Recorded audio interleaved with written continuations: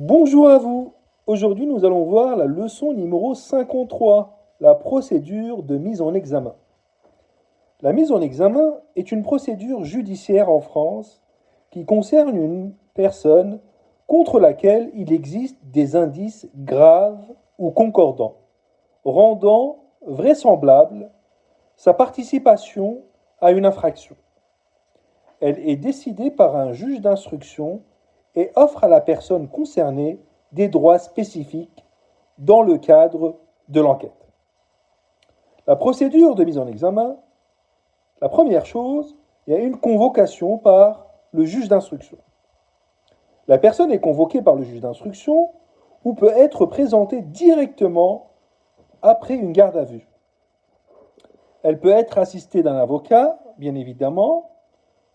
La deuxième chose, il y a l'interrogatoire de première comparution, ce qu'on appelle l'IPC. Le juge informe la personne des faits qui lui sont reprochés et des éléments à charge. La personne peut s'exprimer, garder le silence ou faire des déclarations.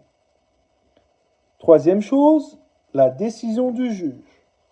La mise en examen, si le juge estime qu'il existe des indices graves ou concordants contre la personne, ou le statut de témoin assisté. Si les indices sont insuffisants, la personne reste impliquée, mais sans être mise en examen. Quatrièmement, les conséquences de la mise en examen. La personne peut être laissée libre, sous contrôle judiciaire, ou placée en détention provisoire si nécessaire. Elle a accès au dossier, peut demander des actes d'enquête et dispose de droits pour se défendre. Et cinquièmement et finalement, la suite de la procédure. À l'issue de l'instruction, n'est-ce pas, le juge peut prononcer un non-lieu, un renvoi devant un tribunal correctionnel ou une cour d'assises ou une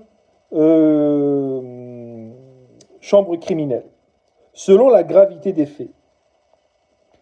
Voilà, si jamais vous avez des questions, n'hésitez pas à laisser des commentaires, bien entendu, et à vous abonner à ma chaîne.